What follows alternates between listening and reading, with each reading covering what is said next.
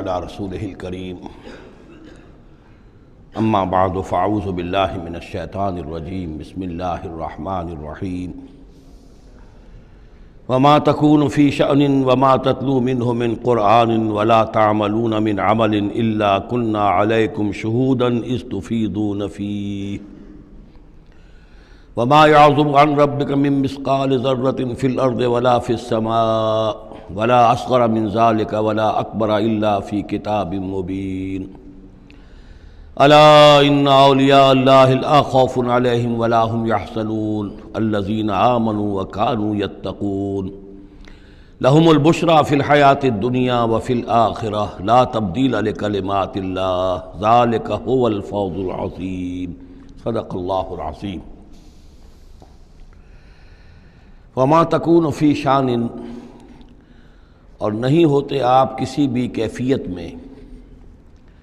وما تتلو منہ من قرآن، اور نہیں پڑھ رہے ہوتے آپ قرآن میں سے کچھ بھی،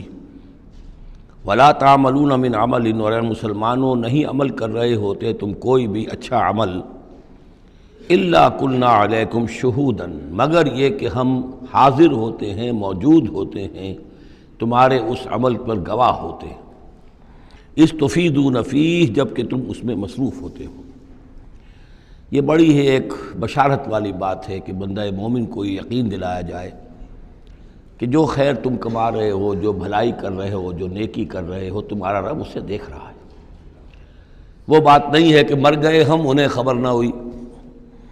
اللہ تعالیٰ تو تمہاری ہر جو بھی ایثار اور قربانی جو بھی تم اللہ کی راہ میں کر رہے ہو، وہ خود دیکھ رہا ہے، موجود ہوتا ہے۔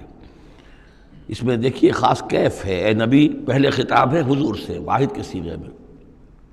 اے نبی آپ جس کیفیت میں بھی ہوتے ہیں، ما تکون فی شان وما تتلو منہ من قرآن، اور جو قرآن میں سے آپ پڑھ رہے ہوتے ہیں، کوئی حصہ، کوئی صورت خود پڑھ رہے ہوں، پڑھ کر سنا رہے ہوں، اور اب رخ بدلا ہے اہل ایمان کی طرف، مسلمانوں کی طرف، ولا تعملون من عمل، اور اے مسلمانوں جو عمل بھی تم کرتے ہو، من عمل، کہ جو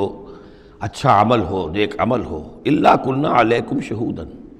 ہم تم پر تمہارے پاس موجود ہوتے ہیں، استفیضون فیہ، جب کہ تم اس میں مصروف ہوتے ہو۔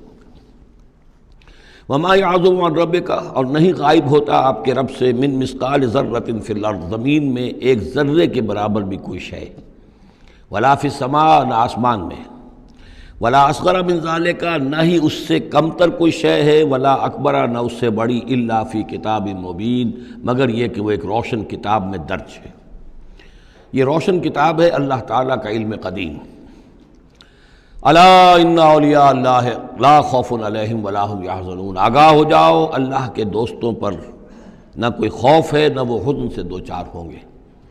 یہ اولیاء اللہ کون ہیں؟ یہ کوئی علیحدہ سپیشیز نہیں ہے، علیحدہ نوع نہیں ہے، انسانوں ہی میں سے صاحب ایمان، جو ایمان حقیقی سے بہرہ مند ہوں، جن کے دلوں میں یقین پیدا ہو چکا ہو، اور جو اللہ کے فضل و کرم سے مقام احسان پر فائز ہو چکے ہوں۔ ان تعبد اللہ کأنک تراہ فإن لم تکن تراہ فإنہ یراک، وہ اولیاء اللہ ہیں۔ اللہ ولی الذین آمنوا یخرجہم من الظلمات الی النور، یہ ہم سورہ بقرہ میں پڑھ آئے ہیں، آیت الکرسی کے فوراً بعد۔ اللہ ولی ہے اہل ایمان کا، انہیں نکالتا ہے اندھیروں سے روشنی کی جانب،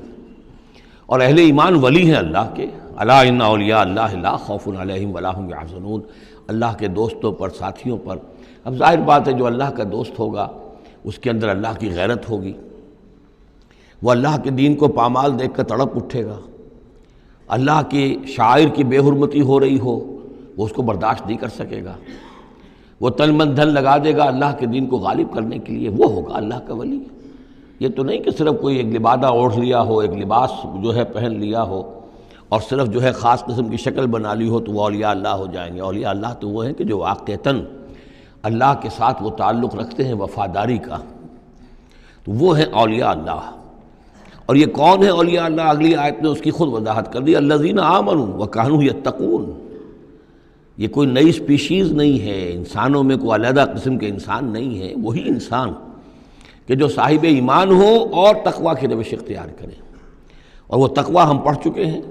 اذا اتقوا وآمنوا وعملوا الصالحات ثم اتقوا وآمنوا ثم اتقوا واحسنوا واللہ یحب المحسنین، یہ سورہ مائدہ کے اندر آیت آ چکی ہے۔ یہ تقویٰ جو ہے درجہ بدرجہ اہل ایمان کو اور اونچے سے اونچے مدارج کی طرف لے جاتا ہے۔ لہم البشریٰ فی الحیات الدنیا، ان کے لیے دنیا کی زندگی میں بھی بشارتیں ہیں۔ یہ بشارت کس اعتبار سے ہے؟ جو ہم سورہ توبہ میں پڑھ چکے ہیں کہ هل تربصون بنا الا احدى الحسنيين، ہمارے لیے تو دو اچھائیوں کے سوا کسی تیسری چیز کا تصور ہی نہیں۔ بشارت ہی بشارت ہے۔ کوئی تکلیف بھی آئی ہے تو ہمارے رب کی طرف سے آئی ہے۔ لن یصیبنا الا ما كتب اللہ لنا هو مولانا، اس پہ گھبرانے کی کیا بات ہے؟ دوست کی طرف سے اگر کوئی شے آئی ہے اور پھر یہ کہ ہمیں پتہ ہے کہ اس میں ہمارا خیر ہے، اسی میں بھلائی ہے۔ ایک چیز ناگوار تو ہے، بچے کو انجیکشن لگا ہے تو رو تو رہا ہے وہ، لیکن معلوم ہے کہ اس کے والدین کو تو معلوم ہے کہ یہ اس کے علاج کے لیے ہم ٹیکہ لگوا رہے ہیں۔ تو تکلیف بھی دنیا میں اللہ کی طرف سے آتی ہے، بندہ مومن سمجھتا ہے یہ میرے حق میں خیر ہے، بھلائی ہے، میرے لیے تو خیر ہی خیر ہے، شر کا سوال ہی نہیں۔ لہم البشریٰ فی الحیات الدنیا وفی الآخرہ، اور آخرت میں بھی لا تبدیل لکلمات اللہ، اللہ کی باتوں کو کوئی بدل نہیں کر سکتا۔ ذالک هو الفوز العظیم، یہی بہت بڑی کامیابی ہے۔ ولا یحزنک قولہم، اور اے نبی ان کی بات سے آپ رنجیدہ نہ ہوں۔ ان العزت للہ جمیعا، عزت کل کی کل اللہ کے اختیار میں ہے، اللہ کے ہاتھ میں ہے۔ هو السمیع العلیم، وہ سب کچھ سننے والا اور جاننے والا ہے۔ الا ان للہ من فی السماوات ومن فی الارض، آگاہ ہو جاؤ، اللہ ہی کی ملکیت ہے اور اللہ ہی کا ہے جو کچھ بھی ہے اور جو بھی ہے آسمانوں میں اور جو بھی ہے زمین میں۔ وما یتبع الذین یدعون من دون اللہ شرکاء، اور یہ لوگ جو اللہ کے سوا کسی اور کو پکار رہے ہیں وہ کوئی شرکاء نہیں ہے جنہیں وہ پکار رہے ہوں، اور نہیں ان کا اتباع کر رہے ہیں۔ یتبعون الا الظن، وہ تو ظن ہے، اٹکل پچو ہے، ان کے اپنے تصورات و توہمات ہیں۔ ان یتبعون الا الظن وانہم الا یخرصون، وہ صرف ظن و تخمین اور اٹکل پچو کے پیچھے پڑے ہوئے ہیں۔ هو الذی جعل لکم اللیل لتسکنوا فیہ والنہار مبصرا، وہی ہے جس نے تمہارے لیے رات کو بنا دیا ہے تاکہ تم اس میں سکون پکڑو، آرام کرو، استراحت ہو، اطمینان اور سکون ہو۔ والنہار مبصرا، اور دن کو بنا دیا دکھلانے والا، روشن، تاکہ اس میں تم کام کرو، اپنی معاشی جدوجہد کرو۔ ان فی ذلک لآیات لقوم یسمعون، یقیناً اس میں آیات ہیں، نشانیاں ہیں ان لوگوں کے لیے جو حقیقتاً سنتے ہوں۔ قالوا اتخذ اللہ ولدا سبحانہ، انہوں نے کہا کہ اللہ نے اولاد اختیار کی ہے، وہ پاک ہے اس سے۔ هو الغنی، وہ بے نیاز ہے۔ یہ لفظ یہاں بہت اہم ہے، غنی، بے نیاز ہے۔ اس کا کیا تعلق ہے اولاد نہ ہونے سے؟ اصل میں انسان کو اولاد کی تمنا اس لیے ہوتی ہے کہ اسے یہ معلوم ہے کہ مجھے مرنا ہے، میں تو فانی ہوں، میری اولاد کے ذریعے سے میرا نام زندہ رہے گا۔ انسان کے اندر جو ایک خواہش ہے کہ میرا نام باقی رہے، میری یاد باقی رہے، تو اس کا تسلسل ہے جو اولاد کے ذریعے سے۔ اللہ تعالیٰ چونکہ فانی نہیں ہے، باقی ہے، اسے کسی اولاد کی احتیاج نہیں ہے، وہ ہمیشہ خود قائم رہنے والا ہے، اس لیے اس کی شان اس سے بہت بلند ہے کہ اسے اولاد کی حاجت ہو۔ هو الغنی، وہ تو اس سے غنی ہے، بے نیاز ہے۔ لہو ما فی السماوات و ما فی الارض، اسی کا ہے جو کچھ کہ ہے آسمانوں میں اور جو کچھ کہ ہے زمین میں۔ ان عندکم من سلطان بہذا، نہیں ہے تمہارے پاس کوئی سند، کوئی دلیل اس چیز کے لیے کہ تم نے اللہ کے لیے اولاد تراش لی ہے۔ اتقولون علی اللہ ما لا تعلمون، کیا تم اللہ کی طرف منسوب کر رہے وہ چیزیں جن کے لیے تمہارے پاس کوئی علم نہیں، کوئی دلیل نہیں، کوئی سند نہیں۔ قل ان الذین یفترون علی اللہ الکذب لا یفلحون، کہہ دیجئے وہ لوگ جو اللہ تعالیٰ کی طرف جھوٹ باتیں منسوب کرتے ہیں، افتراء کرتے ہیں، وہ کبھی فلاح نہیں پائیں گے۔ متاع فی الدنیا، دنیا میں ان کے لیے ساز و سامان ہے، رہنا بسنا ہے، اس کے لیے کچھ ضرورت ہم نے ان کو ضرورت کی چیزیں دے دی ہیں۔ ثم الینا مرجعہم، پھر ہماری طرف ان سب کا لوٹنا ہے۔ ثم نذیقہم العذاب الشدید بما کانوا یکفرون، اور پھر ہم انہیں مزہ چکھائیں گے بہت سخت عذاب کا ان کے کفر کی وجہ سے جو وہ کرتے رہے تھے۔ اب یہ صرف 2 رکوع اس سورہ مبارکہ میں آ رہے ہیں جو انباء الرسل کے ہیں، اور اس میں جیسا کہ میں نے عرض کیا حضرت نوح جو اولین ہیں اور حضرت موسیٰ جو آخری ہیں، ان دونوں کا تو صراحتاً ذکر ہے، بیچ میں صرف حوالہ دیا گیا ہے، کسی کا نام نہیں۔ حضرت نوح کا ذکر صرف آدھے رکوع پر ہے، حضرت موسیٰ کا قدر تفصیل کے ساتھ 1.5 رکوع ہے۔ اس کے برعکس ہو جائے گا اگلی صورت میں، سورہ ہود میں حضرت نوح علیہ السلام کے ذکر پر 2 رکوع ہیں طویل، اور حضرت موسیٰ کا صرف ایسے ہی تذکرہ ہے، صرف حوالے کے طور پر۔ وَاتْلُ عَلَيْهِمْ نَبَأَ نُوحٍ، اور ان کو ذرا سنائیے نوح کی خبر، اس قال لقومہ، جب کہ انہوں نے کہا اپنی قوم سے، یا قوم ان کان کبر علیکم مقامی، اے میری قوم کے لوگوں، اگر تم پر بہت بھاری گزر رہا ہے میرا کھڑا ہونا، و تذکیری بآیات اللہ، اور اللہ کے آیات سے تمہیں نصیحت کرنا، شاق گزر رہا ہے، مذاق اڑاتے ہو تم، مجھ پر آوازیں کستے ہو، تم پر بہت شاق گزر رہا ہے میرا یہ سارا عمل، فعلی اللہ توکلت، تو میں نے تو اللہ پر توکل کیا ہے، فاجمعوا امرکم، تو اپنا سارے جو بھی ذرائع ہیں ان کو جمع کر لو، وشرکاکم، اور تمہارے سارے شریک جو ہیں انہیں بلا لو، ثم لا یکن امرکم علیکم غمۃ، پھر تم پر تمہارا معاملہ جو ہے کسی اشتباہ میں نہ رہ جائے، ثم اقضوا الی ولا تنظرون، پھر جو فیصلہ میرے بارے میں کرنا ہے کر گزرو اور مجھے کوئی مہلت مت دو۔ یہ جو انداز ہے چیلنج کا، اور یہ اس سے پتہ چلتا ہے کس درجے دل دکھ چکا تھا حضرت نوح علیہ السلام کا، استہزاء سے، تمسخر سے، مذاق سے۔ اللہ کا ایک بندہ ہے، 950 برس بیت چکے ہیں، کوئی سن کر نہیں دے رہا ہے، تو اس وقت جو آخری بات، اچھا اب جو بھی تم کر سکتے ہو، میرا کوئی بگاڑ سکتے ہو بگاڑ لو، اپنی ساری قوت جمع کر لو، جیسا کہ اس سے پہلے آ چکا ہے، اور بھی انبیاء نے اس طرح کی بات کہی۔ پھر بالآخر فَإِن تَوَلَّيْتُمْ، اور پھر اگر تم یہ نہ کرو، اگر تم اس کھلے مقابلے میں بھی نہ آؤ، اور اس میں اس بات کا خیال موجود ہے، یعنی اس بات کا امکان موجود ہے کہ ان کے دل میں چور ہو کہ ہم اس کے خلاف کوئی اقدام کریں، اسے قتل کر دیں، نوح کے خلاف کوئی اور ہم ایسا اقدام کریں تو پتہ نہیں کوئی مصیبت ہم پر نہ آ جائے، لہذا یہ سارا جو انداز تھا حضرت نوح علیہ السلام کا، اس کے باوجود پھر وہ فرما رہے ہیں وَإِن تَوَلَّيْتُمْ، اگر تم نہیں کچھ کرتے، فَمَا سَأَلْتُكُم مِّنْ أَجْرٍ، تو پھر ذرا غور کرو، میں نے جو بھی تمہاری خدمت کی ہے آج تک، تمہیں جو دین کی طرف بلایا ہے، دعوت دی ہے، میں نے کبھی تم سے کوئی اجر مانگا ہے؟ میں نے تم سے کوئی اجرت تو طلب نہیں کی، تم سے کوئی شاباش تک نہیں مانگی، میں نے تم سے کوئی مدد نہیں مانگی، تم سے کوئی اجرت نہیں مانگی۔ ان اجری الا علی اللہ، میرا اجر تو اللہ کے ذمے ہے، وامرت ان اکون من المسلمین، اور مجھے حکم ہوا ہے کہ میں اس کے فرما بردار بندوں میں سے رہوں۔ فکذبوہ، تو انہوں نے پھٹلا دیا اس کو، فنجیناہ، تو ہم نے نجات دے دی اس کو، ومن معہ فی الفلک، اور جو بھی اس کے ساتھ تھے اس کی کشتی میں،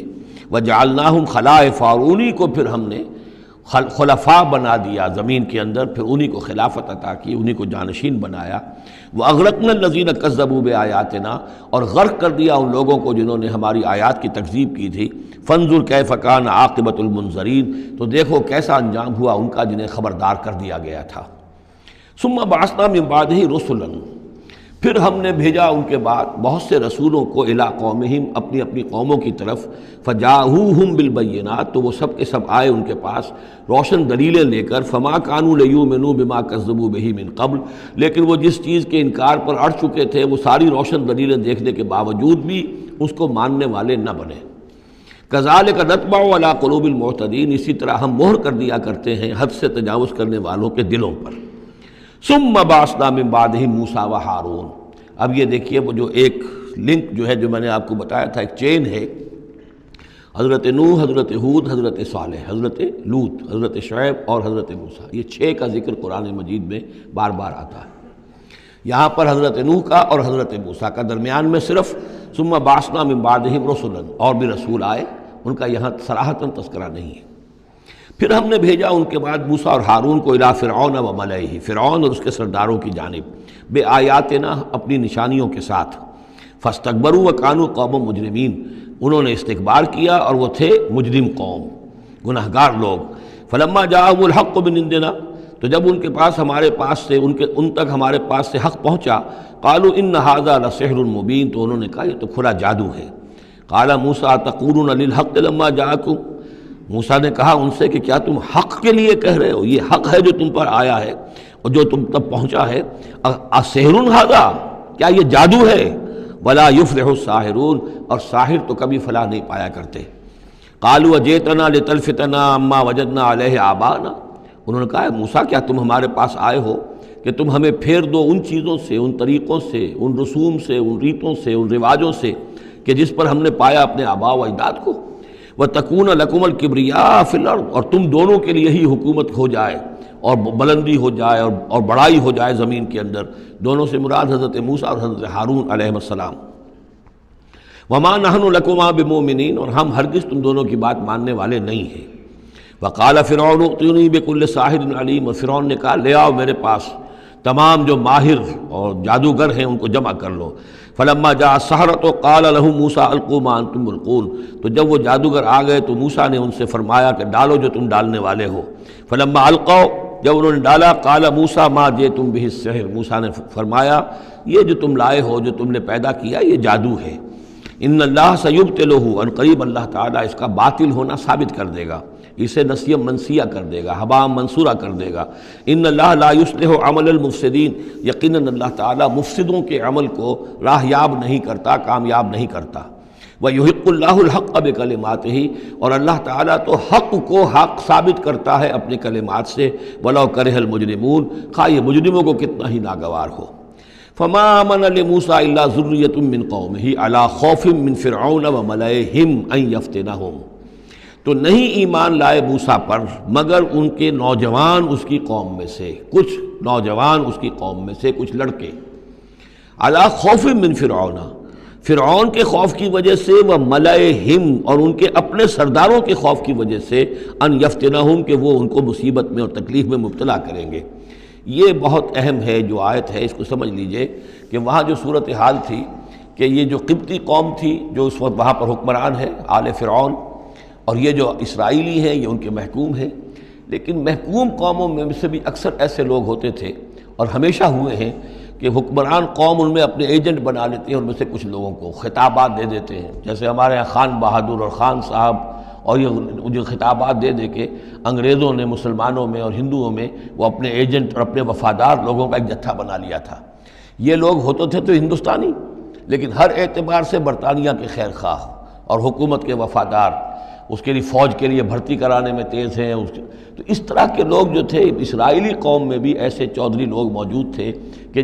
جن کو کچھ دربار میں رسائی حاصل تھی، جن کو کچھ رسوخ حاصل تھا، اور وہ گویا کہ آل فرعون کے ایجنٹ بنے ہوئے تھے خود اپنی قوم کے اندر۔ یہ ہے وہ معاملہ کہ وہ ڈرتے تھے وہ لوگ، اگر ہم موسیٰ پر ایمان لے آئے تو یہ ہماری اپنی قوم کے جو چودھری لوگ ہیں، یہ خان صاحب اور جو یہ خان بہادر لوگ جو ہیں، یہ پھر ہمیں ستائیں گے، یہ ہماری رپورٹیں کریں گے اور ہماری جو ہے ان رپورٹوں کے اوپر گوشمالی ہوگی۔ فما آمن، لیکن یہ کہ بہرحال نوجوان خون ایسا ہوتا ہے کہ اس کے اندر پھر زیادہ مصلحت بینی نہیں ہوتی۔ جو ذرا ادھیڑ عمر کے لوگ ہوں وہ زیادہ مصلحت بین ہو جاتے ہیں، ان کی خوا میں اتنی طاقت بھی نہیں ہوتی، خون میں اتنا جوش بھی نہیں رہتا، تو نوجوان جو ہے وہ تو رزق دیتا ہے۔ تو یہ سارا پورا فلسفہ جو اس ایک آیت میں موجود ہے۔ فما آمن لموسیٰ الا ذریۃ من قومہ، خود اس کی قوم میں سے بھی، سب کے سب حضرت موسیٰ کو نبی ماننے والے نہیں تھے، نہیں مانی بات موسیٰ کی، ان کی قوم میں سے بھی مگر کچھ نوجوانوں نے، کچھ نوجوان، کچھ لڑکوں نے، علی خوف من فرعون، فرعون کے خوف کی وجہ سے، وہ ملئہم، اور ان کے اپنے سرداروں کے خوف کی وجہ سے، ان یفتنہم، کہ وہ انہیں پرسیکیوٹ کریں گے، ان کو فتنے میں مبتلا کریں گے۔ وَإِنَّ فِرْعَوْنَ لَعَالٍ فِي الْأَرْضِ، اسی طرح کا ایک شخص قارون تھا۔ قارون جو ہے وہ قوم موسیٰ سے تھا، اسرائیلی تھا، لیکن یہ کہ سرکار دربار میں رسائی تھی، وفادار تھا حکومت کا، اسی کی وجہ سے بڑے بڑے ٹھیکے ملتے تھے، جیسے ہمارے ہاں ٹھیکیدار ہوتے تھے بڑے بڑے لوگ، تو اس کے پاس اتنی دولت جمع ہو گئی تھی۔ وہ سارا تذکرہ جو ہے آگے چل کر آئے گا سورہ قصص کے اندر، تھا تو قوم موسیٰ میں سے تھا، فرعونی تو نہیں تھا، لیکن یہ کہ وہ حضرت موسیٰ کے خلاف چالیں چلتا تھا، اور وہ ساری جو ہے وہ سرکار دربار کی جو خوشامد ہے وہ کام کرتا تھا، اسی سے پھر اس کو دولت ملتی تھی۔ وَإِنَّ فِرْعَوْنَ لَعَالٍ فِي الْأَرْضِ، اور یقیناً فرعون جو ہے وہ بہت سرکشی کر رہا تھا زمین میں، وَإِنَّهُ لَمِنَ الْمُسْرِفِينَ، اور یقیناً وہ بہت حد سے بڑھنے والا تھا۔ وقال موسیٰ یا قوم، اب انہوں نے ان سے جو بھی ایمان لے آئے تھے ان پر کہا، ان سے کہا، قال یا موسیٰ قوم ان کنتم آمنتم باللہ، اب اگر تم اللہ پر ایمان لے آئے ہو، فعلیہ توکلوا، تو اب اللہ پر توکل بھی کرو، ان کنتم مسلمین، اگر تم واقعتاً فرما بردار ہو گئے ہو۔ فقالوا علی اللہ توکلنا، تو انہوں نے کہا ہاں آپ اللہ پر توکل کرتے ہیں، اپنا معاملہ اللہ کے حوالے کرتے ہیں۔ ربنا لا تجعلنا فتنۃ للقوم الظالمین، اے اللہ تو ہمیں ان ظالموں کے لیے تختہ مشق نہ بنا دے، اے اللہ ایسا نہ ہو کہ تو ہمارے ذریعے سے ان کو آزمائے، یعنی یہ کہ جیسے کہ ابو جہل ستا رہا تھا، ابو جہل کی آزمائش ہو رہی تھی، لیکن تختہ مشق حضرت یاسر، حضرت سمیہ بن رہی تھی رضی اللہ تعالیٰ عنہما، تو اے اللہ ہمیں نہ آزما، ہم پر ان کا زور نہ آزما، یعنی ہمیں تختہ مشق نہ بنا دے۔ وَنَجِّنَا بِرَحْمَتِكَ مِنَ الْقَوْمِ الْكَافِرِينَ، اور ہمیں اپنی خاص رحمت سے ان کافروں کی قوم سے نجات عطا فرما۔ وَأَوْحَيْنَا إِلَىٰ مُوسَىٰ وَأَخِيهِ، اور ہم نے وحی کر دی موسیٰ کو اور ان کے بھائی کو ہارون کو، أَن تَبَوَّآ لِقَوْمِكُمَا بِمِصْرَ بُيُوتًا، کہ تم اپنی قوم کے لیے مصر میں کچھ گھر معین کر لو، ان گھروں کے اندر جمع ہو کر اللہ کی یاد کیا کرو، جیسے کہ دار ارقم جو ہے مکہ مکرمہ میں محمد رسول اللہ صلی اللہ علیہ وسلم نے وہ ایک مقرر کر لیا تھا، وہیں پر آپ ٹھہرتے تھے، کوئی آتا تھا تو وہیں پر ملاقات ہوتی تھی۔ ان تبوأ لقومکما بمصر بیوتا، کہ تم کوئی معین کر لو مصر میں کچھ گھر، واجعلوا بیوتکم قبلۃ، اور اس کے علاوہ یہ کہ اپنے گھر بناؤ ہی قبلہ رخ، اس لیے کہ مسجدیں تو بنا نہیں سکتے، اور وہ معاملہ جو ہے فرعون کے خوف سے، تو یہ کہ گھر اپنے قبلہ رخ بناؤ تاکہ وہاں تم نمازیں پڑھا کرو۔ اب اس سے معلوم ہوتا ہے کہ قبلہ ان کا بھی تھا کوئی، جبکہ ابھی بیت المقدس تو بنا ہی نہیں ہے، وہ تو حضرت سلیمان علیہ السلام حضرت موسیٰ سے کم 1000 سال بعد آئیں گے، اور پھر وہ جو ہے بیت المقدس ہوگا اور یروشلم بنے گا اور ہیکل سلیمانی بنے گی۔ لہذا قبلہ تب اس وقت کا قبلہ کس کا تھا، کون سا تھا؟ یہی بیت اللہ قبلہ تھا۔ ان کے جو وہ خیمے ہوتے تھے قربان گاہ کے خیمے، ان کے بارے میں تفاصیل آتی ہے تورات کے اندر کہ وہ ایسے نصب کیے جاتے تھے کہ جب کوئی شخص جو ہے وہ قربانی پیش کرتا تھا تو اس کا رخ جو ہے سیدھا کعبے کی طرف ہوتا تھا۔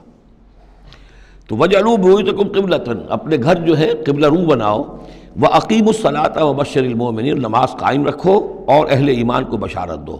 وَقَالَ مُوسَىٰ رَبَّنَا إِنَّكَ آتَيْتَ فِرْعَوْنَ وَمَلَأَهُ زِينَةً وَأَمْوَالًا فِي الْحَيَاةِ الدُّنْيَا، اور موسیٰ نے عرض کیا پروردگار تو نے فرعون اور اس کے سرداروں کو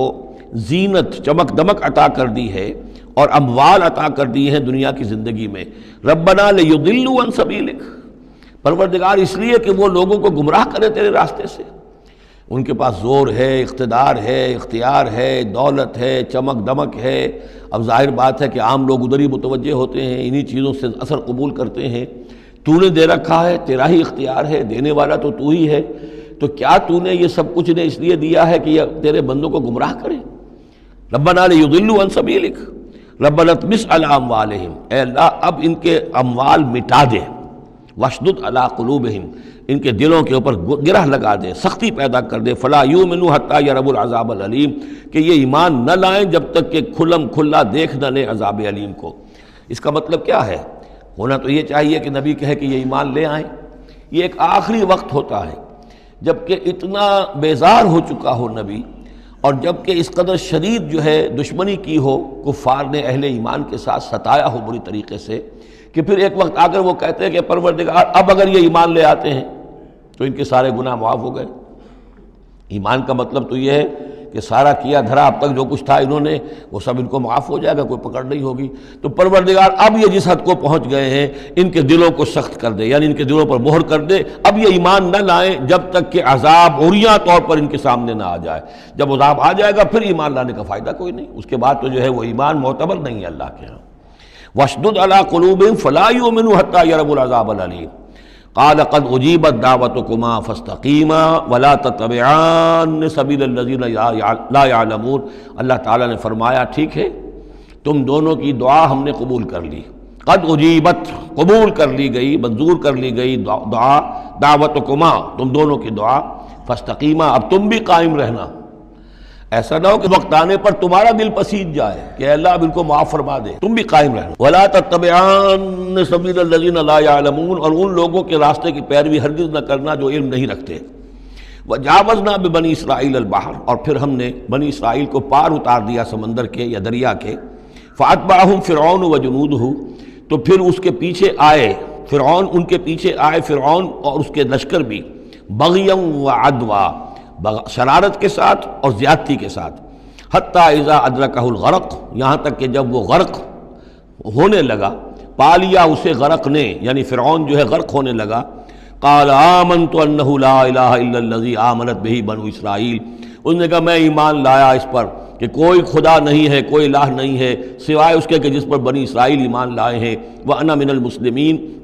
اور میں اس کے فرما برداروں میں سے ہوں۔ الآن، کیا اب ایمان لا رہے ہو؟ وقد عصیت قبل، حالانکہ اس سے پہلے تم نافرمانی کرتا رہا، وکنت من المفسدین، اور تو نہایت فساد کرنے والوں میں سے تھا۔ فالیوم ننجیک ببدنک، تو اب آج ہم تمہارے بدن کو نجات دے دیں گے، یہ گلے سڑے گا نہیں، محفوظ رہے گا۔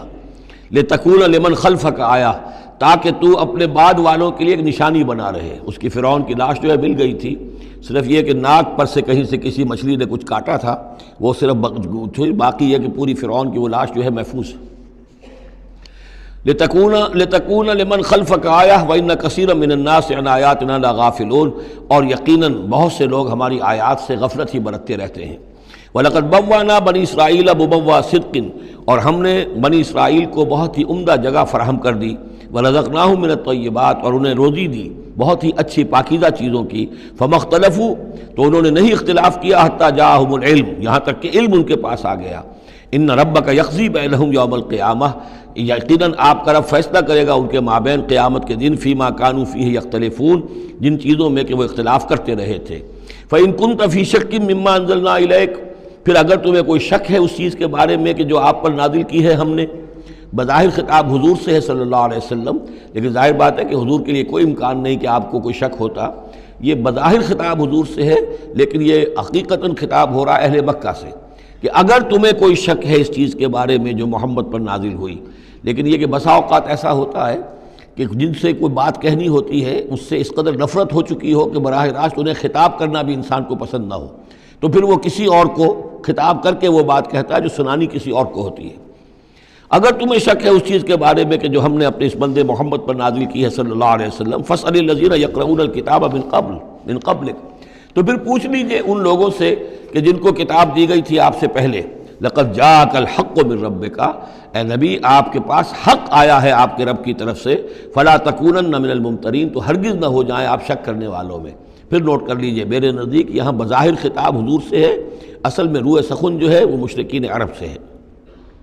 ولا تکونن من الذین کذبوا بآیات اللہ، اور بد بن جانا ہرگز ان لوگوں میں سے جنہوں نے اللہ کی آیات کو جھٹلایا، فتکون من الخاسرین، تو ہو جاؤ گے خسارہ پانے والوں میں سے۔ ان الذین حقت علیہم کلمۃ ربک لا یؤمنون، یقیناً جن لوگوں کے اوپر کہ تیرے رب کی بات واقع ہو چکی ہے، ثابت ہو چکی ہے، جو قانون خداوندی کی زد میں آ چکے ہیں، جو ضد اور ہٹ نرمی کی وجہ سے اپنے دلوں پہ مہر کروا چکے ہیں، وہ ایمان نہیں لائیں گے۔ لا یؤمنون ولو جاءتہم کل آیۃ، چاہے کتنی ہی آیتیں آ جائیں، کتنی ہی نشانیاں آ جائیں، حتیٰ یروا العذاب العلیم، وہ ایمان نہیں لائیں گے جب تک کہ اپنی آنکھوں سے عذاب علیم کو دیکھ نہ لیں۔ جیسے کہ فرعون کا معاملہ ہوا کہ جب غرق ہونے لگا تب ایمان لایا۔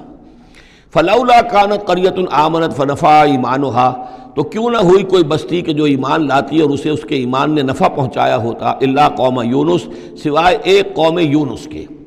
حضرت یونس علیہ السلام کو بھیجا گیا تھا نینوا کی طرف، وہاں انہوں نے دعوت دی، معاملہ وہی ہوا جو تمام رسولوں کے ساتھ ہوا ہے، قوم نے انکار کیا، سرکشی پر اڑے رہے، پھر یہ خبر دے کر اور چلے گئے کہ اب 3 دن کے اندر اندر تم پر عذاب آ جائے گا۔ محسوس ایسا ہوتا ہے کہ انہیں اجازت اللہ کی طرف سے جانے کی نہیں آئی تھی۔ رسول کا معاملہ ایسا ہوتا ہے کہ وہ اپنی جگہ کو چھوڑ کر نہیں جا سکتا جب تک کہ اللہ کی طرف سے ایکسپریس پرمیشن نہ ہو، واضح اجازت۔ جیسے ہمارے ایگزیکٹو آفیسرز ہوتے ہیں، ڈی سی ہے تو ضلع کو چھوڑ کے نہیں جا سکتا وہ بغیر اجازت کے، اس لیے کہ ظاہر بات ہے وہاں کے امن و امان کا سارے ذمہ داری اس کی ہے۔ تو نبی کا معاملہ مختلف ہے، رسول کا مختلف ہے۔ رسول کو جب کسی جگہ پر کسی قوم کی طرف کسی علاقے کی طرف بھیج دیا گیا، اب چاہے کچھ بھی ہو، جب تک کہ وہاں پر سے اجازت نہ آئے کہ اس قوم کو چھوڑ کر تم جا سکتے ہو، رسول نہیں جا سکتا۔ چنانچہ آپ کو معلوم ہوتا ہے کہ جب سیرت میں آپ پڑھتے ہیں ہجرت کے واقعات، تو حضرت ابوبکر جو ہیں، حضور نے عام مسلمانوں کو اجازت دے دی تھی چلے جاؤ مدینے، لیکن خود انتظار میں تھے کہ اللہ کی طرف سے خصوصی اجازت آ جائے۔ حضرت ابوبکر پوچھتے رہتے تھے، اونٹنیاں تیار کی ہوئی تھیں، لیکن جب تک وہ اجازت نہیں آئی آپ وہاں سے روانہ نہیں ہوئے۔ تو ایسا محسوس ہوتا ہے کہ حمیت دین میں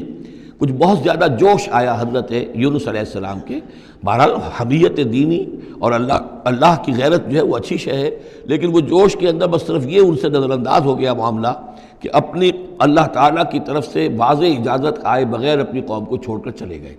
اس کا نتیجہ یہ نکلا کہ جب عذاب کے آثار شروع ہوئے اور قوم نے دیکھا کہ جو بات کہی تھی یونس نے وہ تو صحیح نکل رہی ہے، لہذا وہ پوری قوم نے توبہ کی، گڑ گڑائے، اپنے سب بچوں کو عورتوں کو لے کر باہر نکل آئے، مال مویشی سامان لے کر گڑ گڑا کر اللہ سے توبہ کی، تو اللہ نے ان کی توبہ کو قبول کر لیا۔ حالانکہ عذاب کے آثار شروع ہونے کے بعد توبہ قبول نہیں ہوتی، لیکن ایک استثناء ہے، چونکہ جو رسول بھیجے گئے تھے ان رسول کی طرف سے ذرا جلدی ہو گئی اور اجازت کے بغیر وہ اپنی قوم کو چھوڑ کر چلے گئے، لہذا اس جو بھی ڈیبٹ ہوا ہے رسول کے کھاتے میں اس کا کریڈٹ ہو گیا ہے اس قوم کو، اور اس کے لیے ایک استثناء قائم ہو گئی ہے پوری تاریخ کے اندر کہ وہ عذاب کے آثار آنے کے باوجود پھر انہوں نے توبہ کی اور اللہ نے ان کی توبہ کچھ عرصے کے لیے قبول کر لی، عذاب کو ٹال دیا۔ فلولا کانت قریۃ آمنت فنفعها ایمانها الا قوم یونس، تو کیوں نہ ہوئی کوئی بستی کو جو ایمان لے آتی، یعنی عذاب کے آثار شروع ہونے کے بعد، اور پھر اسے اس کا ایمان لانا مفید ہوتا، سوائے قوم یونس کے۔ لما آمنوا، جب وہ ایمان لے آئی قوم، کشفنا عنہم عذاب الخزي فی الحیات الدنیا، ہم نے کھول دیا ان سے، ہٹا دیا ان سے دنیا کی زندگی میں وہ رسوا کن عذاب، ومتعناہم الی حین، اور ایک وقت معین کے لیے ہم نے انہیں اور مہلت دے دی، ایک فریش لیز آف ایگزسٹنس ان کو عطا کر دیا۔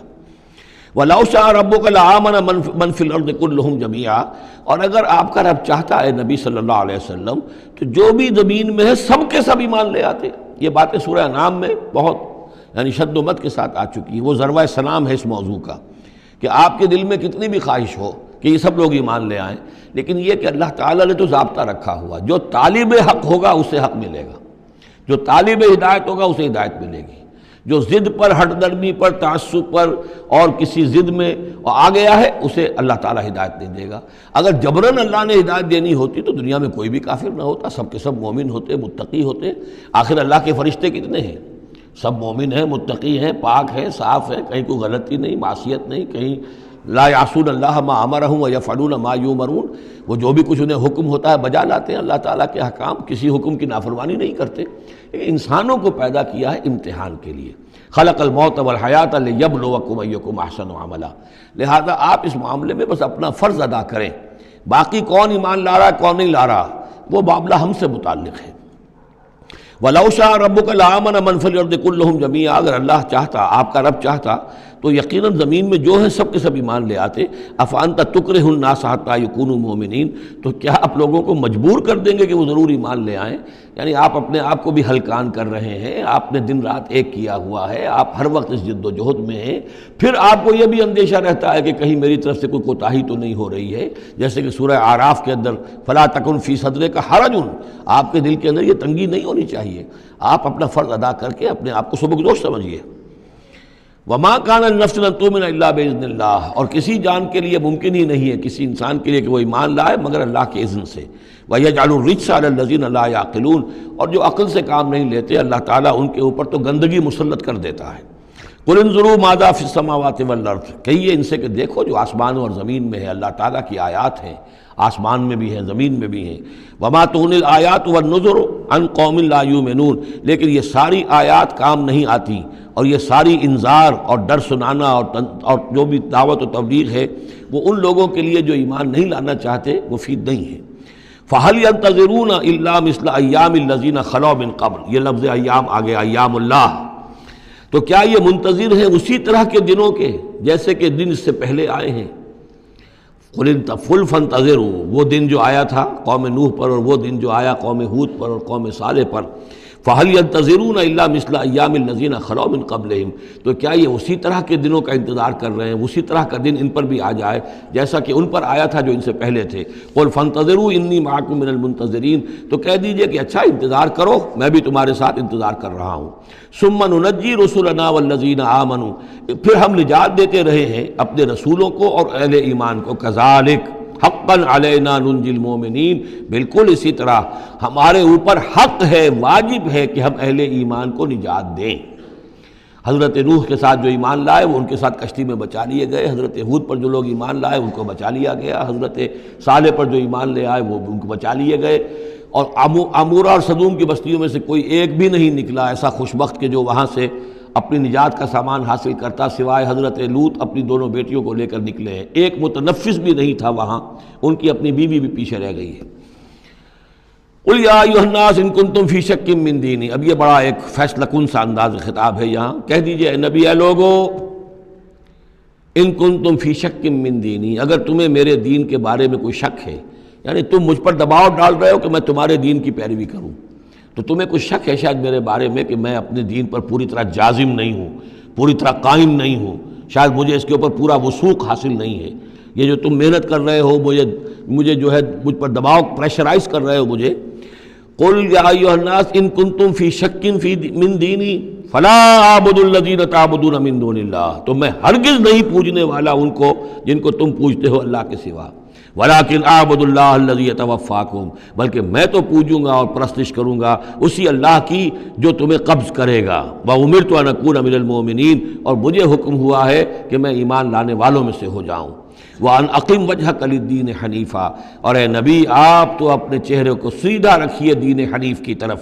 دین کی طرف حنیف ہو کر، یکسو ہو کر۔ وَلَا تَكُونَنَّ مِنَ الْمُشْرِكِينَ، اور ہرگز نہ ہوئیے ان مشرکوں میں سے۔ وَلَا تَدْعُ مِن دُونِ اللَّهِ مَا لَا يَنفَعُكَ وَلَا يَضُرُّكَ، اور مت پکاریے ہرگز اللہ کو چھوڑ کر ان ہستیوں کو جنہیں یہ پکار رہے ہیں، جو نہ نفع پہنچا سکتی ہیں اور نہ نقصان۔ فَإِنْ فَعَلْتَ، اور اگر بالفرض آپ نے ایسا کیا، فَإِنَّكَ إِذًا مِّنَ الظَّالِمِينَ، تو پھر آپ بھی ظالموں میں سے ہو جائیں گے۔ وَإِن يَمْسَسْكَ اللَّهُ بِضُرٍّ فَلَا كَاشِفَ لَهُ إِلَّا هُوَ، اور اگر اللہ تعالیٰ آپ کو کوئی ضرر پہنچائے، تکلیف پہنچائے، تو کوئی نہیں ہے اس کا کھولنے والا، دور کرنے والا سوائے اس کے۔ وَإِن يُرِدْكَ بِخَيْرٍ، اور اگر وہ ارادہ کر لے آپ کے ساتھ بھلائی کا، خیر کا، اچھائی کا، فَلَا رَادَّ لِفَضْلِهِ، تو اس کے فضل کو لوٹانے والا کوئی نہیں جو آڑ بن جائے، روک بن جائے، رکاوٹ بن جائے اس کے فضل کے راستے میں۔ یُصِیبُ بِهِ مَن یَشَاءُ مِنْ عِبَادِهِ، وہ اپنا فضل دیتا ہے اپنے بندوں میں سے جس کو چاہتا ہے، پہنچاتا ہے جس کو چاہتا ہے۔ وَهُوَ الْغَفُورُ الرَّحِيمُ، اور وہ غفور اور رحیم ہے۔ قُلْ یَا أَیُّھَا النَّاسُ، کہہ دیجئے اے لوگو، قَدْ جَاءَکُمُ الْحَقُّ مِن رَبِّکُم، تمہارے پاس تمہارے رب کی طرف سے حق آ چکا ہے۔ فَمَنِ اهْتَدَىٰ، تو جو کوئی بھی ہدایت پائے، فَإِنَّمَا يَهْتَدِي لِنَفْسِهِ، تو وہ اپنے بھلے کو ہدایت پاتا ہے، اس کا فائدہ اسی کو ہوگا، عاقبت اس کی سنورے گی، اللہ کی رحمت اس کے شامل حال ہوگی۔ وَمَنْ ضَلَّ، اور جو بھٹک جائے، جو گمراہ ہو جائے، فَإِنَّمَا يَضِلُّ عَلَيْهَا، تو وہ بھی اپنی جان پر وبال لے گا، اس کا سارا وبال اس کی اپنی جان پر آئے گا۔ وَمَا أَنَا عَلَيْكُمْ بِوَكِيلٍ، اور میں کوئی تمہارا ذمہ دار نہیں ہوں، میں تمہارے اوپر کوئی داروغہ بنایا نہیں گیا ہوں، میں تمہارے بارے میں مسئول نہیں ہوں، اللہ کے ہاں مجھ سے تمہارے بارے میں باس پرس نہیں ہوگی۔ وَلَا تُسْأَلُ عَنْ أَصْحَابِ الْجَحِيمِ، آپ سے نہیں پوچھا جائے گا جہنمیوں کے بارے میں۔ وَاتَّبِعْ مَا يُوحَىٰ إِلَيْكَ، اور اے نبی آپ پیروی کرتے رہیے اس کی کہ جو آپ کی طرف وحی کیا جا رہا ہے۔ وَاصْبِرْ، اور صبر کیجئے، جمے رہیے، ڈٹے رہیے، ان کے دباؤ کو برداشت کیجئے۔ حتیٰ یحکم اللہ، یہاں تک کہ اللہ تعالیٰ فیصلہ سنا دے۔ وَهُوَ خَيْرُ الْحَاكِمِينَ، اور یقیناً وہ بہترین فیصلہ کرنے والا ہے۔ سورۃ ہود، بسم اللہ الرحمن الرحیم، یہ اب جوڑا ہے، اس جوڑے کا دوسرا فرد سورہ ہود۔ یہاں آپ دیکھیں گے کہ برعکس ترتیب ہو جائے گی، 10 رکوعوں میں سے 6 سے زائد انباء الرسل پر مشتمل ہے، اور جس میں سب سے تفصیلی ذکر جو ہے یہ حضرت نوح علیہ السلام کا ہے، اور آخر میں بہت ہی مختصر سا تذکرہ جو ہے حضرت موسیٰ کا ہے۔ باقی جیسے سورہ اعراف میں ایک رکوع ایک رسول کے لیے، وہی ترتیب آپ یہاں دیکھیں گے۔ بسم اللہ الرحمن الرحیم، الف لام را، کتاب احکمت آیاتہ ثم فصلت من لدن حکیم خبیر۔ الف لام را، یہ وہ کتاب ہے جس کی آیات پختہ کی گئی ہیں، مضبوط کی گئی ہیں، پھر ان کی تفصیل کی گئی ہے، انہیں کھولا گیا ہے اس ہستی کی طرف سے جو حکیم اور خبیر ہے، جو کمال حکمت والا اور باخبر ہے۔ اس کا ایک مفہوم یہ ہو سکتا ہے کہ قرآن مجید میں شروع میں جو صورتیں نازل ہوئی ہیں وہ چھوٹی چھوٹی لیکن بہت پروفاؤنڈ، چند الفاظ کے اندر معلوم ہوتا ہے کہ جیسے سورۃ العصر ہے، والعصر ان الانسان لفی خسر الا الذین آمنوا وعملوا الصالحات وتواصوا بالحق وتواصوا بالصبر۔ اب اس میں کل ہدایت موجود ہے، اور امام شافعی کے وہ اقوال جو ہیں میں نے اپنے کتابچے میں راہ نجات سورۃ العصر کی روشنی میں وہ سارے درج کیے ہیں کہ لو لم ينزل من القرآن سواها لکفت الناس، اگر صرف یہ سورۃ العصر نازل ہوتی قرآن میں سے اور کچھ نہ نازل ہوتا تو بھی ہدایت کے لیے کافی تھی۔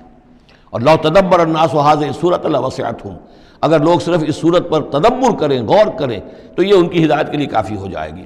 تو ابتدائی صورتیں اور آیتیں بڑی محکم، لیکن اس کے بعد تفصیل انہی کی بیان ہوئی ہے۔ اللہ تعبدوا الا اللہ، یہ کتاب کس پیغام کے ساتھ آئی ہے؟ نہ پوجو کسی کو سوائے اللہ کے۔ اننی لکم منہ نذیر و بشیر، یقیناً میں ہوں تمہارے لیے اس کی جانب سے خبردار کرنے والا اور بشارت دینے والا۔ یہ دو الفاظ بار بار آ رہے ہیں، بشیر اور نذیر، نذیر اور بشیر۔ وما نرسل المرسلین الا مبشرین و منذرین، رسلا مبشرین ومنذرین لئلا یکون للناس علی اللہ حجۃ بعد الرسل وکان اللہ عزیزا حکیما وان استغفروا ربکم، اور یہ کہ اپنے رب سے استغفار کرو، معافی چاہو، ثم توبوا الیہ، اور پھر اس کی جناب میں رجوع کرو، اس کی طرف بڑھو، یمتعکم متاعا حسنا، وہ تمہیں ساز و سامان دے گا دنیا کی زندگی میں بھی اچھا فائدہ، الی اجل مسمی، ایک وقت معین تک کے لیے، دنیا میں بھی تمہارے لیے حسنا ہوگا، وَيُؤْتِ كُلَّ ذِي فَضْلٍ فَضْلَهُ، اور ہر صاحب فضل کو اس کے حصے کا فضل عطا کرے گا۔ یہاں جو ہے ذی فضل سے مراد ہے مستحق فضل، جو بھی فضل کا مستحق ہے اسے اللہ تعالیٰ اس کا فضل عطا کرے گا۔ وَإِن تَوَلَّوْا، اور اگر تم پھر جاؤ گے، فَإِنِّي أَخَافُ عَلَيْكُمْ عَذَابَ يَوْمٍ كَبِيرٍ، تو پھر مجھے اندیشہ ہے کہ تم پر بہت بڑے دن کا ایک عذاب آئے گا۔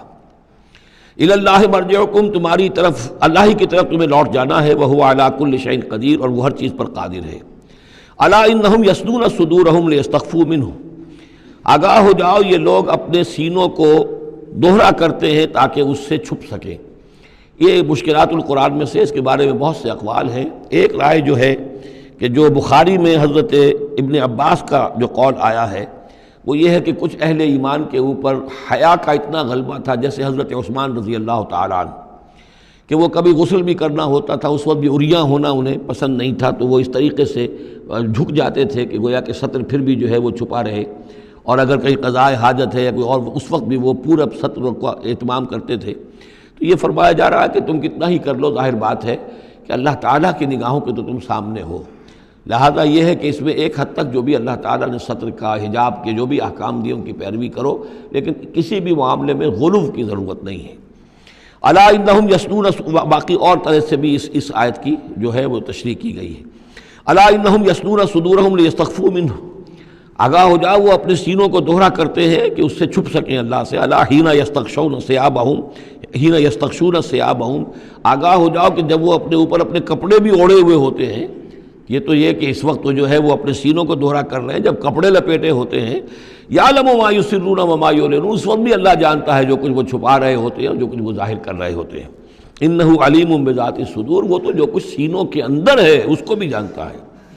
وما من دابۃ فی الارض الا علی اللہ رزقها، اور نہیں ہے کوئی بھی چلنے والی چیز، کوئی حیوان، کوئی چوپایا، کوئی چرند، کوئی پرند، زمین پر جتنے بھی حیوانات ہیں اللہ نے بنائے ہیں، لیکن یہ کہ ان کا رزق اللہ کے ذمے ہے۔ یعنی اللہ تعالیٰ نے جو نظام بنایا اس دنیا کا، اس میں ہر شے کے لیے اس کا رزق فراہم کیا ہے۔ جو جاندار بنایا اس کے لیے جو غذا ہے، جو ضروری چیزیں وہ پہلے سے فراہم کر دی ہیں۔ بچے کی پیدائش بعد میں ہوتی ہے اور ماں کی چھاتیوں میں دودھ پہلے پیدا ہو جاتا ہے، تو اللہ تعالیٰ کی طرف سے یہ نظام جو ہے ایسا ہے۔ یہ دوسری بات ہے کہ لوگوں نے تقسیم دولت کا نظام غلط کر دیا، تو کچھ لوگ بھوکے رہ گئے، کچھ ننگے ہو گئے، کچھ نے دولت سمیٹ کر جو ہے اپنے کھتے بھر لیے، انبار لگا لیے۔ یہ انسانوں کا معاملہ ہے، یہ انہوں نے غلط کام کیا ہے، ورنہ اللہ تعالیٰ نے تو تمام جو بھی جتنی بھی مخلوقات ہیں ان کے لیے کافی اور وافی رزق جو ہے وہ پیدا کیا ہے۔ وما من دابۃ فی الارض الا علی اللہ رزقها ویعلم مستقرها ومستودعها، اور وہ جانتا ہے اس کے مستقل قیام کی جگہ کو بھی اور جہاں وہ عارضی طور پر سونپا جاتا ہے۔ یہ مستقر اور مستودع پر گفتگو ہو چکی ہے تفصیل کے ساتھ، 3 اقوال اس کے بارے میں بیان کر چکا ہوں سورہ انعام کے ضمن میں۔ کل فی کتاب مبین، اور یہ سب کچھ ایک کھلی روشن کتاب کے اندر موجود ہے، وہی کتاب جو علم الہی کی کتاب ہے۔ وَهُوَ الَّذِي خَلَقَ السَّمَاوَاتِ وَالْأَرْضَ فِي سِتَّةِ أَيَّامٍ، اور وہی ہے کہ جس نے پیدا کیا آسمانوں اور زمین کو 6 دنوں میں۔ وَكَانَ عَرْشُهُ عَلَى الْمَاءِ، اور اس کا تخت تھا پانی پر۔ لِيَبْلُوَكُمْ أَيُّكُمْ أَحْسَنُ عَمَلًا، تاکہ تمہیں آزمائے کہ کون ہے تم میں سے اچھے عمل کرنے والا۔ یعنی یہ تخلیق جو ہے اور انسانی زندگی کا جو یہ حصہ جو اس دنیا میں گزرتا ہے، اس کا جو اصل مقصد ہے وہ ہے امتحان۔ قلزم ہستی سے تو ابھرا ہے مانند حباب، اس زیاں خانے میں تیرا امتحان ہے زندگی۔ باقی یہ کہ کان عرشہ علی الماء، اس کا تخت پانی پر تھا، اس کے معنی کیا ہیں؟ میرے نزدیک اب بھی یہ آیات متشابہات میں سے ہے، لیکن ایک انداز ایسا ہے کہ جس سے محسوس ہوتا ہے کہ شاید وہ اس کی طرف اشارہ کیا جا رہا ہو کہ یہ دنیا جب بنی ہے، یہ زمین جب ٹھنڈی ہونے لگی ہے تو ٹھنڈی ہو کر اس کے بخارات نکلے ہیں، اور وہ اس کے گرد جو فضا بنی ہے، ایٹماسفیئر، اس کے اندر یہ گیسز گئی ہیں۔ ان گیسز کے اندر جو ہے ہائیڈروجن اور آکسیجن کے ذریعے سے پھر پانی پیدا ہوا ہے، اور طویل عرصے تک بارشیں ہوتی رہیں، طویل عرصے تک، لاکھوں سال یہ کہتے ہیں کہ بارش ہوئی ہے۔ اور چونکہ جب زمین سکڑی ہے تو کہیں سے وہ اونچی ہو گئی، کہیں سے نیچی ہو گئی، سکڑتی ہے کوئی شے تو اس کے اندر نشیب و فراز پیدا ہو جاتے ہیں۔ تو بارش جب برسی ہے تو پھر یہ کہ سمندر وجود میں آئے ہیں، ابھی کوئی اور مخلوقات نہیں تھی، صرف یہ کہ اس زمین کے اوپر یا یہ کہ وہ پہاڑ تھے اور یا پانی تھا، بلکہ یہ کہ اکثر و بیشتر پانی ہی پانی تھا۔ پھر یہ کہ پانی اور جہاں پر مٹی پیدا ہوئی اور دلدلی علاقے بنے اور دلدلی علاقوں کے اندر پھر وہ کچھ حیات جو ہے اس کی شکلیں پیدا ہوئی، چاہے وہ نباتاتی حیات تھی اور چاہے وہ حیواناتی حیات تھی۔ تو وہ جو ایک دور ہے جب کہ ابھی مخلوقات، اس زمینی مخلوقات کے اندر ابھی کوئی شے نہیں آئی تھی، کوئی حیوانات نہیں، کوئی سمندر کے کوئی جانور نہیں، کوئی زمین کے اوپر خشکی کے جانور نہیں، تو اس وقت جو ہے گویا کہ اللہ تعالیٰ کا جو تخت حکومت ہے اس زمین کی حد تک وہ پانی کے اوپر تھا۔ واللہ اعلم۔ وَلَئِن قُلْتَ، اور اگر آپ کہیں گے اِنَّكُمْ مَبْعُوثُونَ کہ تمہیں اٹھا لیا جائے گا من بعد الموت، موت کے بعد، لَيَقُولَنَّ تو کہیں گے وہ لوگ الَّذِينَ كَفَرُوا جنہوں نے کفر کیا، إِنْ هَذَا إِلَّا سِحْرٌ مُبِينٌ، نہیں یہ تو کھلا جادو ہے۔ وَإِنْ أَخَّرْنَا عَنْهُمُ الْعَذَابَ إِلَىٰ أُمَّةٍ مَّعْدُودَةٍ، اور اگر ہم مؤخر کیے رکھیں ان سے اپنے عذاب کو ایک خاص مدت تک کے لیے، معین مدت تک کے لیے، لَيَقُولُنَّ مَا يَحْبِسُهُ تو وہ کہتے ہیں کس چیز نے روک رکھا ہے، وہ جہاز کہاں نظر انداز ہو گیا، آتا کیوں نہیں؟ محمد بہت سال ہو گئے تمہیں کہتے ہوئے جہاز آئے گا اور وہ عذاب آئے گا، وہ کہاں ہے؟ ما یحبسو، کس سے نے اس کو روکا ہے؟ الا یوم یاتیہم لیس مصروفا عنہم، آگاہ ہو جاؤ جس دن وہ ان پر آئے گا پھر وہ ان کی طرف سے پھیرا نہیں جا سکے گا۔ وحاق بہم ما کانوا بہ یستہزئون، اور ان کو گھیرے میں لے لیں گی وہ تمام چیزیں جن کا یہ استہزاء اور تمسخر کیا کرتے تھے۔ وَلَئِنْ أَذَقْنَا الْإِنسَانَ مِنَّا رَحْمَةً، اور اگر ہم مزہ چکھاتے ہیں انسان کو اپنی طرف سے رحمت کا، کوئی خوشی آئی ہے، کوئی دولت ملی ہے، کوئی اور مسرت کی بات ہوئی ہے، ثُمَّ نَزَعْنَا مِنْهُ، پھر جب ہم اس سے وہ چھین لیتے ہیں، لے لیتے ہیں، سلب کر لیتے ہیں، إِنَّهُ لَيَئُوسٌ كَفُورٌ تو وہ ہو جاتا بالکل مایوس، نہایت ناشکرہ، بھول جاتا ہے کبھی اللہ کی نعمت بھی تھی، کبھی اللہ کی نگاہ کرم بھی مجھ پر تھی، ٹھیک ہے آج مجھ پر سختی آ گئی ہے تو سختی نرمی آتی رہتی ہے، اللہ تعالیٰ کی طرف سے ہے، اگر نرمی بھی تھی تو اللہ کی طرف سے، اور سختی بھی آئی ہے تو اللہ کی طرف سے، اس پر شکر چاہیے تھا، اس پر صبر چاہیے، لیکن نہیں، انسان جو ہے لیئوس کفور، انتہائی مایوس اور نہایت ناشکرہ، ہم پر تو کبھی اللہ کی کوئی نظر کرم ہوئی نہیں۔ وَلَئِنْ أَذَقْنَاهُ نَعْمَاءَ بَعْدَ ضَرَّاءَ مَسَّتْهُ، اور اگر ہم مزہ چکھائیں اسے نعمتوں کا اس کے بعد کہ کوئی تکلیف اس کو پہنچی ہوئی تھی، لَيَقُولَنَّ ذَهَبَ السَّيِّئَاتُ عَنِّي تو وہ کہے گا بس جی میرے دل اندر دور ہو گئے، ساری برائیاں اب تو ساری مصیبتیں ختم ہو گئیں۔ إِنَّهُ لَفَرِحٌ فَخُورٌ، اب وہ فرح اور فخور بن جاتا ہے، وہ یعنی اتراتا ہے، فخر کرتا ہے اور کہتا ہے یہ میں نے محنت کی، میں نے کوشش کی، میں نے تدبیر کی، دیکھا میں نے یہ شکل کی تھی جس کی وجہ سے کہ میری کاروبار جو بالکل ختم ہو رہا تھا، ڈوب رہا تھا، وہ ٹھیک ہو گیا۔ یعنی یہ کہ ہر حال میں اللہ سے دور، یہ نہیں جانتا کہ جو بھی معاملہ آیا تھا وہ اللہ کی طرف سے ہے، خیر ہو یا شر ہو وہ اللہ کی طرف سے ہے، اس سے ناواقف۔ إِلَّا الَّذِينَ صَبَرُوا، سوائے ان کے کہ جو صبر کی روش اختیار کریں، یہ سب کی بات نہیں ہے، جن کو اللہ نے ایمان دیا ہو اور ایمان کے نتیجے میں صبر پیدا ہوا ہو، إِلَّا الَّذِينَ صَبَرُوا وَعَمِلُوا الصَّالِحَاتِ، اور انہوں نے نیک اعمال کیے ہوں، أُولَٰئِكَ لَهُم مَغْفِرَةٌ وَأَجْرٌ كَبِيرٌ، ان کے لیے مغفرت ہے اور بہت بڑا اجر ہے۔ فَلَعَلَّكَ تَارِكٌ بَعْضَ مَا يُوحَىٰ إِلَيْكَ، تو اے نبی شاید کہ آپ کچھ چیزیں چھوڑ دیں اس میں سے جو آپ کی طرف وحی کی جا رہی ہے، وَضَائِقٌ بِهِ صَدْرُكَ، اور آپ کا سینہ اس سے بھچ رہا ہے، تنگ ہو رہا ہے، ان یقولوا، اس وجہ سے کہ وہ کہہ رہے ہیں لولا انزل علیہ کنز او جاء معہ ملک، کہ وہ یہ کہہ رہے ہیں کہ کیوں نہیں ان کے اوپر اتار دیا گیا کوئی خزانہ، یا کیوں نہیں آیا ان کے پاس کوئی فرشتہ، معہ ان کے ساتھ کوئی فرشتہ آتا۔ وہی بات جو سورہ انعام میں آ چکی ہے، اس کا ذروہ سنام اس مضمون کا سورہ انعام میں آ چکا ہے، لیکن ان تمام صورتوں کے اندر بھی یہ چیزیں موجود ہیں۔ یہ دونوں گروپ جو ہیں مکی صورتوں کے، جن میں سے ایک میں وہ 2 صورتیں ہیں جو ہم پڑھ چکے، انعام، اعراف، اور دوسرا جو یہ ہے جو 14 صورتوں پر مشتمل ہے جس کی دوسری صورت ہم پڑھ رہے ہیں، ان سب کا تعلق جو ہے یوں سمجھیے، ایک استثناء ہے وہ میں بعد میں بتا دوں گا، یہ قیام مکہ کے آخری 4 سالوں کی صورتیں ہیں، یعنی حضور کا قیام مکہ مکرمہ میں وحی کے آغاز کے بعد 12 سال، اس کو 4 حصوں میں تقسیم کر لیجئے۔ پہلے 4 سال میں جو صورتیں نازل ہوئی ہیں وہ قرآن مجید کے آخری 2 گروپوں میں ہیں، سورہ قاف سے لے کے آخر تک۔ درمیانی 4 سال جو تھے ان کے درمیان جو ہیں وہ درمیانی 2 گروپوں میں ہیں، اور یہ جو ہے شروع کے دو گروپ جو ہیں ان کے اندر وہ صورتیں ہیں کہ جو آخری دور میں نازل ہوئی ہیں، آخری 4 سالوں میں، اور ان میں یہ مضمون کثرت سے ملے گا۔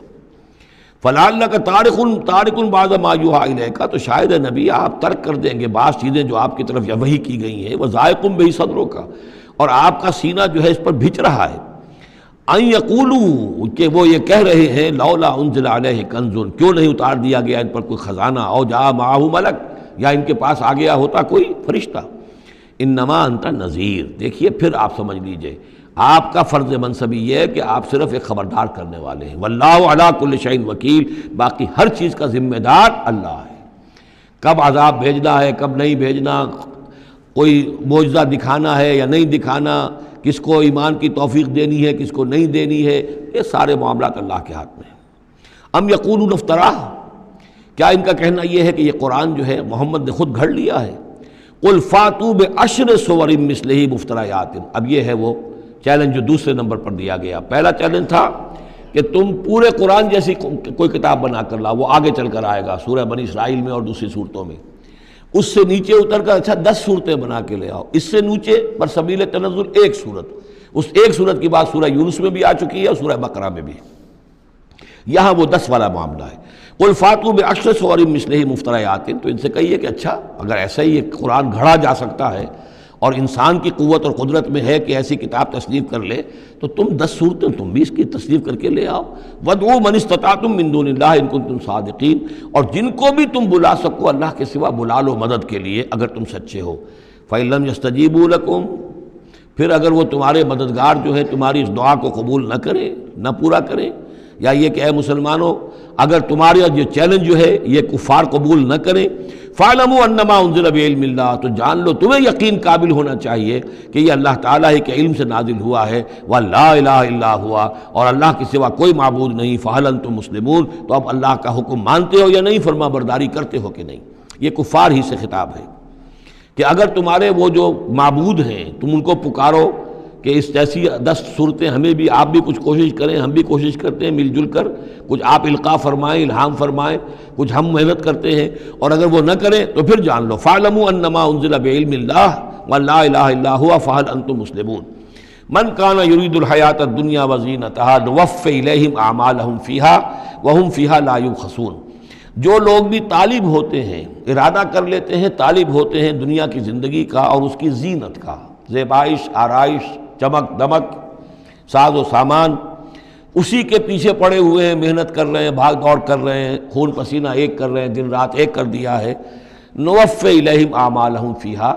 ہم اسی دنیا کی زندگی میں ان کے اعمال کا پورا پورا بدلہ دے دیتے ہیں۔ ٹھیک ہے محنت کر رہے ہو بھائی، تمہاری بلڈنگ بھی بڑی اونچی بن گئی ہے اور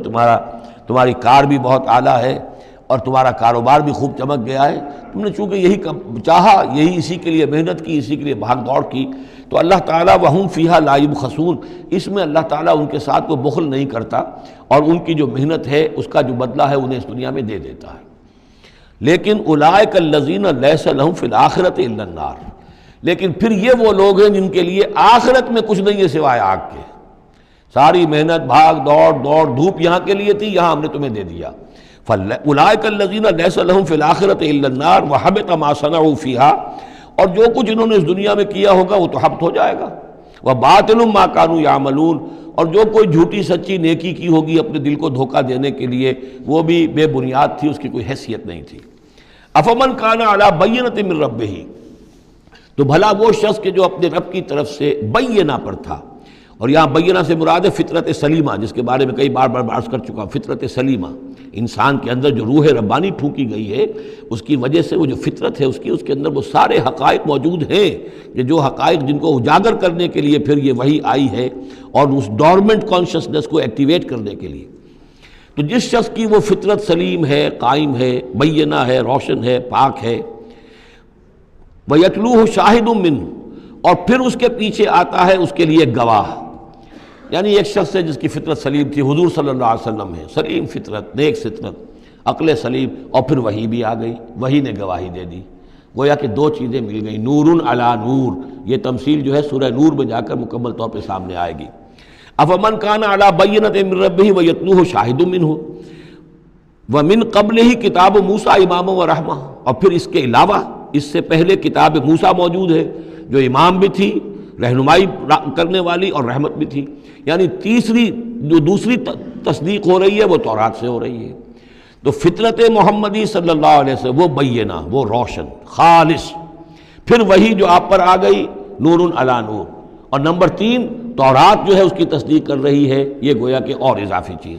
اولئک یؤمنون بہ، یہی لوگ ہیں کہ جو اس پر ایمان لائیں گے۔ ومن یکفر بہ من الاحزاب، اور جو اس کا انکار کریں گے، کفر کریں گے اس کتاب کا، من الاحزاب، ان تمام گروہوں میں سے، فرقوں میں سے، چاہے وہ مشرکین مکہ ہوں اور چاہے وہ اہل کتاب ہوں، فالنار موعدہ، تو پھر آگ ہی ان کے وعدے کی جگہ ہے۔